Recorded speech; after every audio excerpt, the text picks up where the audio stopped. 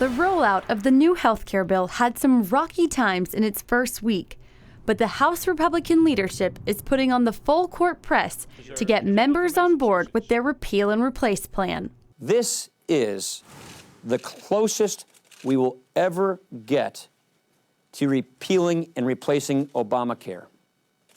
The time is here, the time is now.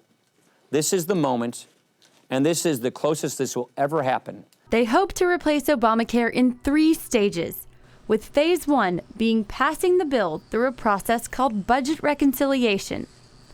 The bill is written in a way to prevent Democrats from filibustering it in the Senate, so it can be passed with a simple majority. This is like trying to get things out of your house when it's on fire. So you'd like to take it all at once, but you can't take it all at once, and you've got to take it out, in different waves. Phase 2 involves the HHS Secretary, Tom Price, using authority granted to him under Obamacare to make more changes to improve the healthcare system.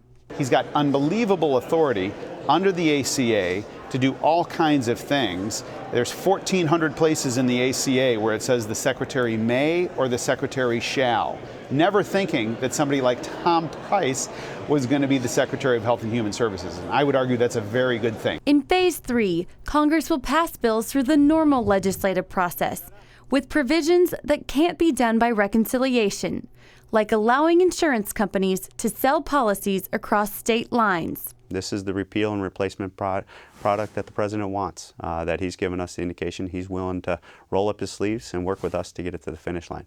Some pro-life groups are voicing concern that under the new health care bill, refundable tax credits provided by the plan could be used to fund abortions.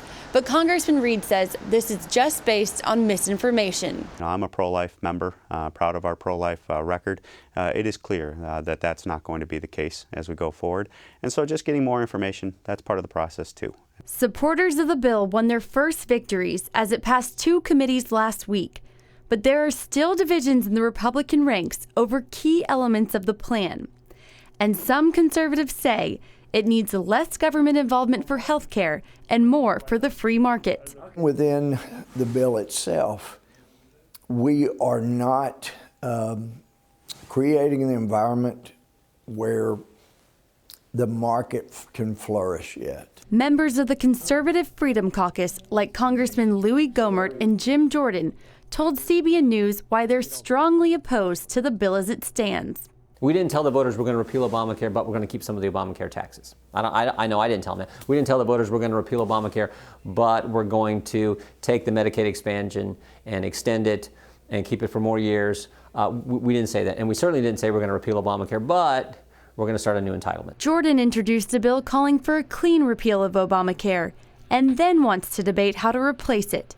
He says as of now, he will not vote for the House leadership bill. No, not now. Of course not. So we're going to, we'll see.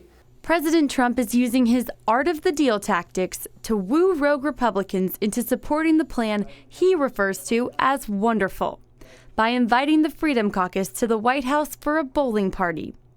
But it could be a hard sell. If we're setting this thing up so it's not completely getting rid of Obamacare, that it leaves massive parts of it, then we got problems. For now, House leadership in the White House are focused on friendly negotiations with skeptical conservative members before they start forcing them to get in line. Reporting from Capitol Hill, Abigail Robertson, CBN News.